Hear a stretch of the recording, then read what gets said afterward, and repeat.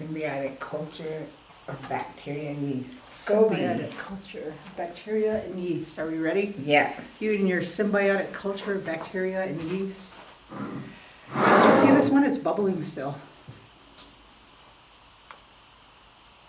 Wow. So these guys are about 2 months old. This is the first time I've opened them since I sealed them. So that's cool. You can see it's still bubbling. So when we got that donation, the food bank stuff, somebody brought me a bunch of apples, so I cut them up and we made kombucha. So this one has a pretty good Scoby growing. I don't think it'll let me show you. But there's one growing on the inside. It's kind of floating. It looks like a booger. That's pretty cool. So we've done this once before. I guess we can move on to the next part of it. Did you ever try? Maybe we'll start with just asking you, how did you get involved with making kombucha? It's been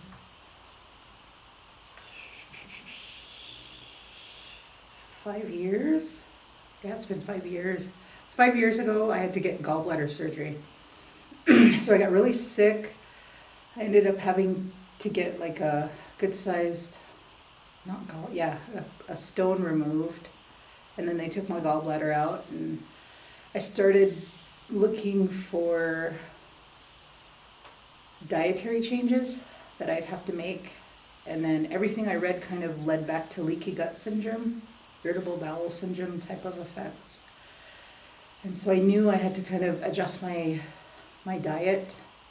And I thought it was going to be temporary. This will just be for a little while until my body gets used to not having a gallbladder.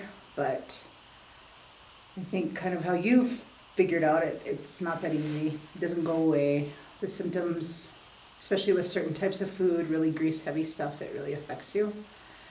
And so I met with, somebody who's a colleague now. He and I spoke, and he'd mentioned that, the pH in your body, making sure you have gut health, what gut health means, and, what you need to do to make sure you're taking care of yourself.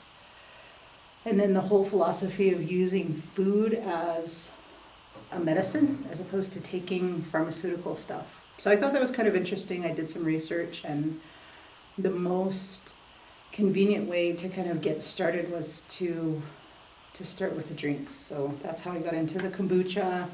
Farmer Fred, he does the, sauerkraut? So with Fred, we'd always made sure to hit him up at the farmer market, getting sauerkraut. My kids like that whole cycle of like, holy cow, we can take these jars back and trade them and get some more, and they kind of like that. And then we met the gal who does kombucha in Lander, and they really like that too. So for me, it was just cheaper to save the bottles and to grow my own and to kind of put in the stuff that I like to drink as opposed to whatever was available. So what does it take to grow your own? To grow your own, well, I really didn't trust my own judgment, so I went with one of the companies. And they shipped it. It arrived in like 2 days, and then they have like a whole step-by-step process on how to remove it from the package, the kind of environment that the Scoby needs to go into, and how you kind of have to neutralize everything that comes into contact with it. And so for me, that was a big learning curve, and it was really scary because it's like, oh my gosh, this thing's alive. So what is it, Scoby, the acronym for again?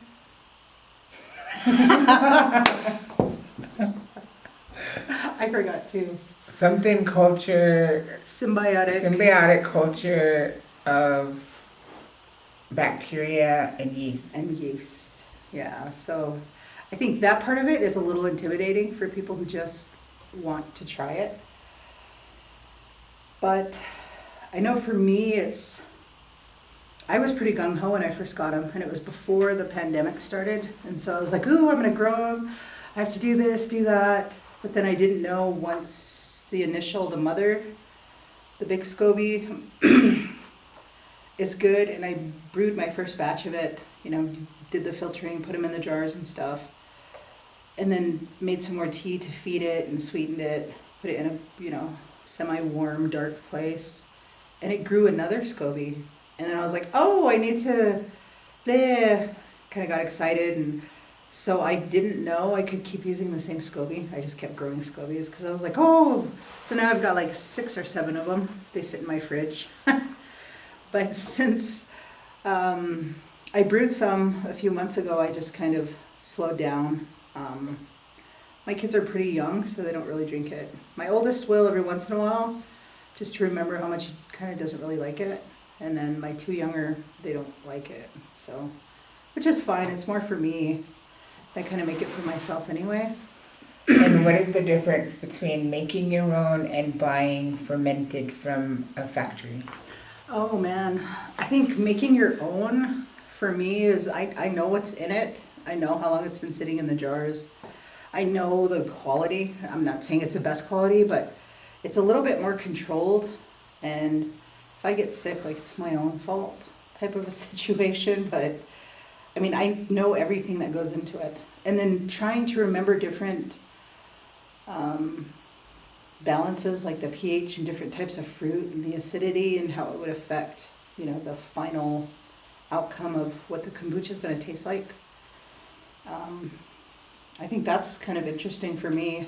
I always come back to apples and ginger. It's just an easy one, and it kind of clears out your palate pretty good. And for me, I like how those 2 flavors kind of complement each other with a little bit of cinnamon. So that's a big one for me to use.